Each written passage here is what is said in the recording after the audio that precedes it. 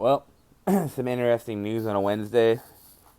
Extreme Concepts Racing, which also owns IK9, the sponsorship of Jeffrey Earnhardt.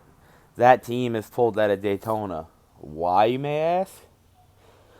Well, there is speculation, and the team hasn't put up an official reasoning yet, but the speculation is that 81 is so low on points, and Friday is supposed to be rained at Daytona, if I'm not mistaken.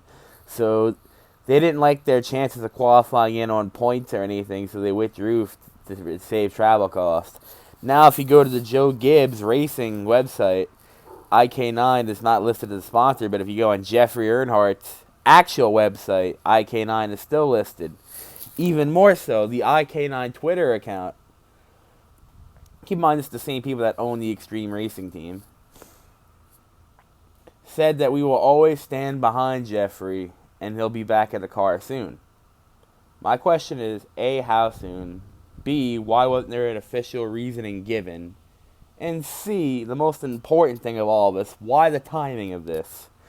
You could have let Jeffrey know a little earlier. That way he could have tried to get a better ride or something for Daytona.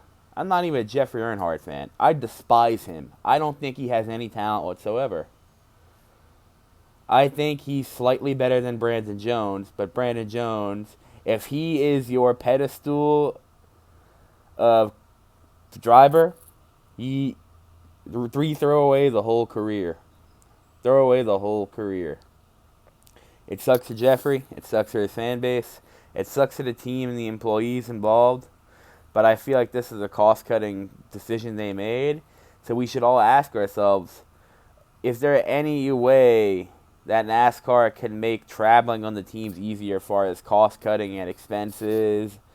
Is there any way in the actual model of the cars themselves, besides the steel composite bodies, is there any other way we can make the racing more competitive, more cost-cutting? That way the smaller teams like Brandon Brown and BJ McLeod and all those guys and NBM have a chance to not run 21st every week on a good day.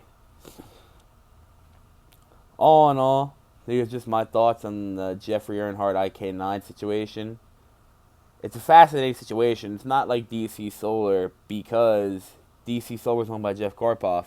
Obviously, Ross Chastain at the time was driving for Ganassi. This isn't none of those situations.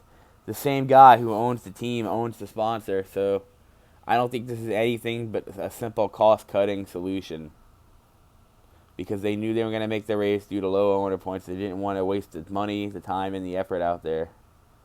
Good call from them. Let's hope we see Jeffrey Earnhardt in the car sometime soon.